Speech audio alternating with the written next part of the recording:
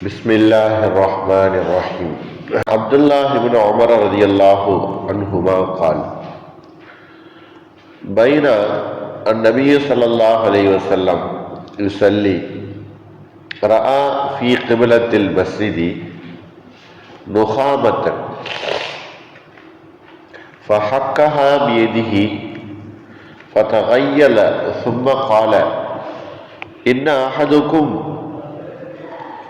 أحدكم إذا كان في الصلاة فإن الله حيال وجهه فلا يتنخمن حيال وجهه في الصلاة. இந்த ஹதீஸ் நபி ஸல்லல்லாஹு அலைஹி வஸல்லம் அவர்கள் ஒரு தடவை தொழுகைக்காக வேண்டி முன்னோக்கி நின்ற அந்த சமயத்தில் அந்த கிபிலாவுடைய திசையில அவர்கள் தொழுகைக்காக வேண்டி முன்னோக்கி நின்ற அந்த சமயத்தில் நபி ஸல்லல்லாஹு அலைஹி வஸல்லம் அவர்கள் கிபிலாவின் பக்கம் உமிழ்ந்திருப்பதை அவர்கள் காணுகிறார்கள், எச்சிலை காணுகிறார்கள். அப்ப நபி ஸல்லல்லாஹு அலைஹி வஸல்லம் அவர்கள் அதை பார்த்துவிட்டு கோபம் அடைந்தவர்களாக அதை தங்களுடைய கரத்தாலேயே சுரண்டிவிட்டு சுத்தம் செய்கிறார்கள். நபி ஸல்லல்லாஹு அலைஹி வஸல்லம் அவர்கள் அதை சுத்தம் செய்ததற்கு பின்னால சொல்லுகிறார்கள், நீங்கள் தொழுகையில் இருக்கும்போது இறைவன் உங்கள் எதிரே இருக்கின்றான். எனவே எவரும் தொழுகையில் இருக்கும்போது தமது முகத்துக்கு எதிரே உமிழ வேண்டாம் என்பதாக கூறினார். எச்சியை துப்ப வேண்டாம் என்பதாக சொன்னார். தொழுகையில அல்லாஹ் உங்களை பார்த்து கொண்டிருக்கிறான், அல்லது தொழுகையில என்னை அல்லாஹ் பார்த்து கொண்டிருக்கிறான் என்கிற எண்ணத்தோடு தொழுவது, உங்களுக்கு முன்னால் அல்லாஹ் இருந்து கொண்டிருக்கிறான் என்பதை பார்த்து தொழுவது. அப்படி இருக்கும் பொழுது இந்த மாதிரி எச்சிலை உமிழக்கூடியவர்களை பார்த்து நபி ஸல்லல்லாஹு அலைஹி வஸல்லம் அவர்கள் கோபமடைந்திருக்கிறார்கள். அதாவது எச்சில் உமிழுதல் அப்படிங்கிறது மனிதனுடைய இயற்கையான ஒரு விஷயமாக இருந்தாலும் அதை எப்படி உமிழ வேண்டுமோ அப்படி உமிழ வேண்டும். கார எச்சியோ அல்லது அதிகப்படியான எச்சியோ அல்லது உமிழ் நீரோ எதுவாக இருந்தாலும் அதை கிபிலாவுடைய திசையிலே நீங்கள் துப்பக்கூடாது என்பதாக சொன்னார்கள். பொதுவாக நாம் கிபிலாவுடைய திசை என்பது ஒரு மரியாதைக்குரிய ஒரு திசை. அந்த திசையை நாம் கண்ணியமாக நினைக்கிறோம். அது ஒரு சிறப்பு வாய்ந்த ஒரு கிபிலாவுடைய திசை. அந்த திசையில தொழுகையாளிகள் முன்னோக்கி நிற்பார்கள். அவர்கள் தொழுகைக்கு முன்னால் இருக்கும் பொழுது இந்த மாதிரி உமிழ்ந்திருப்பதை பார்த்தால் அவர்களுக்கு அருவருப்பாக இருக்கும். அல்லாஹ் தன்னை பார்த்து கொண்டிருக்கிறான் என்கிற சிந்தனையை விட்டுவிட்டு அவர்களுக்கு வேறொரு சிந்தனை வந்துவிடும். ஆகையினால் இந்த மாதிரி நீங்கள் செய்யாதீர்கள் என்பதாக நபி ஸல்லல்லாஹு அலைஹி வஸல்லம் அவங்க சொன்னாங்க. இந்த ஹதீஸ அப்துல்லாஹ் இப்னு உமர் ரலியல்லாஹு அன்ஹு அவர்கள் அறிவிக்கிறாங்க. ஸஹீஹுல் புகாரியில 6111 நம்பர் ஹதீஸாக பதிவு செய்யப்பட்டிருக்கு.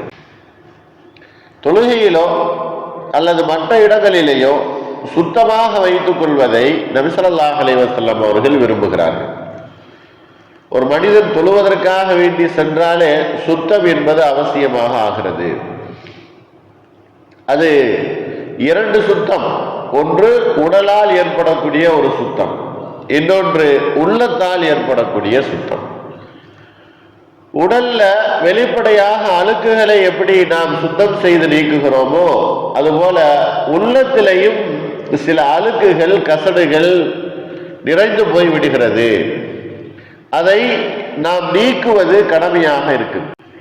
உள்ளம் என்பது நிறைய கெட்ட சிந்தனைகளையும் நிறைய மனக்குழப்பங்களையும் உள்ளம் என்பது ஏற்படுத்தி இருக்கு. ஆகையினால் அவைகளை நீக்குவதும் நமக்கு கட்டாய கடமையாக இருக்குது.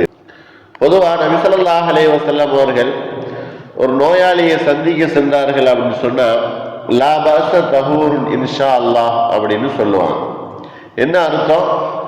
அல்லாஹ் விரைவில் உங்களுடைய நோயை குணப்படுத்தி விடுவான். உங்களுடைய உள்ளத்துல ஏற்பட்டிருக்கக்கூடிய கவலையை அல்லாஹ் நீக்கிடுவான்.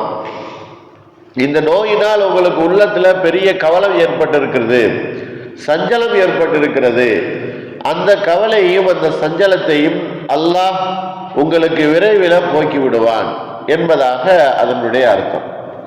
இன்னொரு அர்த்தம் என்ன அப்படின்னு சொன்னா, பொதுவா நோய் வருதல் என்பது, மனிதனுக்கு கவலை வருதல் என்பது அவனுடைய பாவ செயல்களை அழிப்பதற்காக வேண்டி வரக்கூடிய நோய்கள். நோய் என்று சொன்னாலே மனிதனை பரிசுத்தப்படுத்துவது பாவத்திலிருந்து.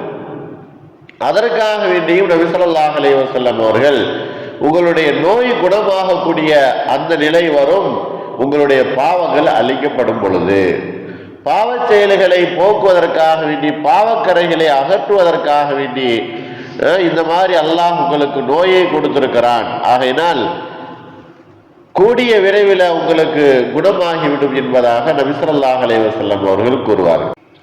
இப்படி எல்லா விதத்திலையும் எல்லா இடங்களிலேயும் சுத்தம் என்பதை நபி ஸல்லல்லாஹு அலைஹி வஸல்லம் அவர்கள் வலியுறுத்துகிறார்கள்.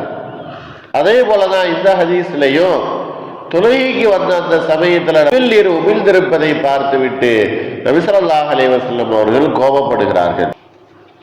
பொதுவாக மனிதனுடைய இயற்கையிலே உமிழ் நீர் வருகிறது தொழுகையில அப்படின்னு சொன்னாலும் கூட அதை தங்களுடைய கரத்தாலோ அல்லது தங்களுடைய உடைகளாலோ அதை சுத்தப்படுத்தி வைத்துக் கொள்ள வேண்டும், அல்லது அதிலே அவர்கள் உமிழ்ந்து கொள்ள வேண்டுமே தவிர மற்ற இடங்களிலே உமிழ்தல் என்பது கூடாது. பொதுவாக பள்ளிவாசல்ல நம்ம தொழுகிறோம். அப்ப பள்ளியினுடைய இடை என்பது சுத்தமானது. அவைகளிலே நாம் சுத்தமாக வைத்துக் கொள்ளணும். ஜன்னல் வழியாகவோ அல்லது வெளியில ஏதாவது உமிழ்நீர் துப்பும் வழியாகவோ இருந்துச்சு அப்படின்னு சொன்னா அதை நாம் சுத்தமாக பயன்படுத்த வேண்டும். இதைத்தான் நபி ஸல்லல்லாஹு அலைஹி வஸல்லம் அவர்கள் இந்த ஹதீஸ்ல, நீங்க கிப்லாவுக்கு முன்னால் உமிழ்ந்தீர்கள் என்று சொன்னால் அதை நீங்கள் சுத்தப்படுத்திக் கொள்ளுங்கள் என்று சொன்னா அல்லாஹ் உங்களுக்கு முன்னால் இருந்து கொண்டிருக்கிறான் என்பதாக நபி ஸல்லல்லாஹு அலைஹி வஸல்லம் அவர்கள் கூறினார்கள். நாமும் சுத்தத்தை பரிபூர்ணமாக பேணக்கூடியவர்களாகவும் சுத்தத்தின் மூலமாக நிறைய நன்மைகளை அடைந்து கொள்ளக்கூடியவர்களாகவும் வல்ல ரஹ்மான் நம் எல்லோரையும் ஆக்கி அருள்புரிவானாக. வாஹிர் தாவானா அல்ஹம்துலில்லாஹி ரப்பில் ஆலமீன். அஸ்ஸலாமு அலைக்கும் வரஹ்மத்துல்லாஹி வபரகாத்துஹு.